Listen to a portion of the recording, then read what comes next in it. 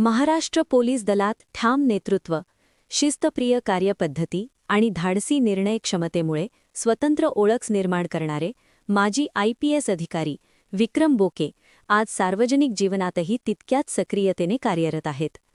Police सेवेतून समाजकारणाकडे झालेला त्यांचा प्रवास अनेकांसाठी प्रेरणादायी ठरतो. पोलीस दलात वरिष्ठ पदांवर कार्यरत असताना त्यांनी कायदा व सुव्यवस्था राखण्याबरोबरच सार्वजनिक सुरक्षेला सर्वोच्च प्राधान्य दिले.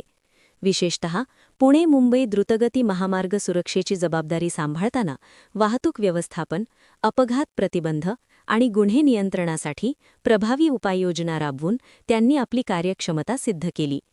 कठोर शिस्त, निर्णयक्षम नेतृत्व आणि जबाबदारीची जाणीव ही त्यांच्या कार्यशैलीची वैशिष्ट्ये मानली जातात.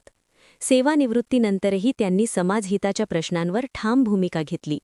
जनहिताच्या मुद्द्यांवर पब्लिक इंटरेस्ट लिटिगेशन दाखल करून शासनाच्या निर्णय प्रक्रियेत पारदर्शकता आणि उत्तरदायित्वाची मागणी त्यांनी केली.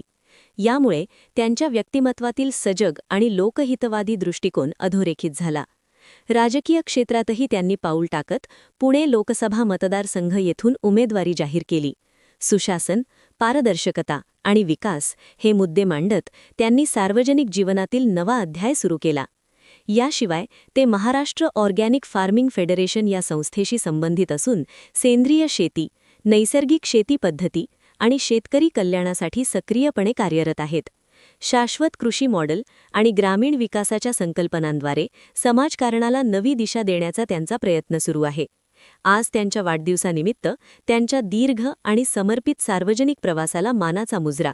त्यांना उत्तम आरोग्य, दीर्घायुष्य आणि समाजकार्यात अखंड यश लाभो हीच मनःपूर्वक शुभेच्छा.